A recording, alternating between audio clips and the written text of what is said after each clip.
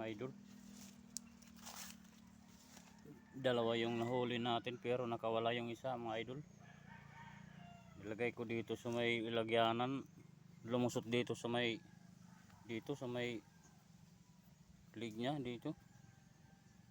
Dito siya lumusot, hindi pa natatalian mga idol. Dito siya lumusot, nakawala. Tapos pangalawang sit up ko mga idol, buti na lang nakahuli ulit tayo. Ito. Sinsya nga pala mga idol kung hindi ko na videohan mga idol, kasi ginagamit ko yung aking cellphone sa pagpapakakak mga idol. Ito yung aking pangati oh. Tsaka ito yung inahin. Bali tatlo na ngayon tong dala kong mga idol. Ito yung huli.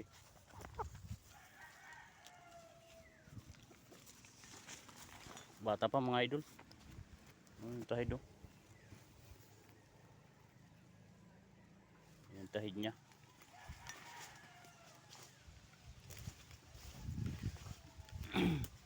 Sayang mga idol, dalawa sana.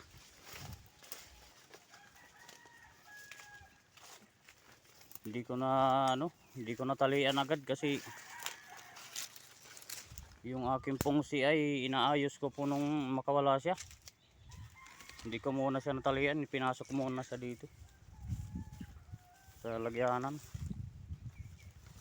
sa aking sling bag. Ang problema ay lumusot, kawala. Dalawa sana huli natin mga idol. So ngayon pauwi na ako mga idol. Ito yung daan oh. Malapit lang to sa mga idol, sa gilid ng karsada. Sa bandang itaas nga lang to mga idol.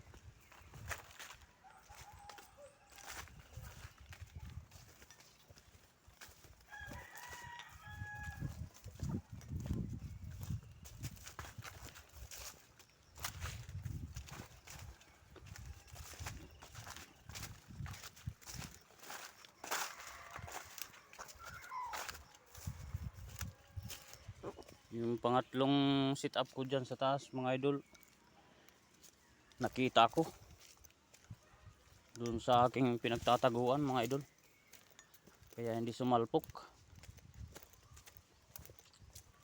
Kaya medyo tanghali na, kaya uwi na tayo mga idol. Alas 9 pa lang mga idol, pero uwi na tayo.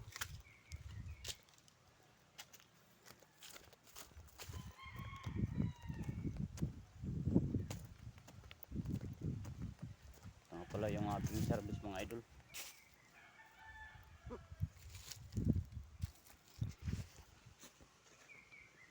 Sige mga idol,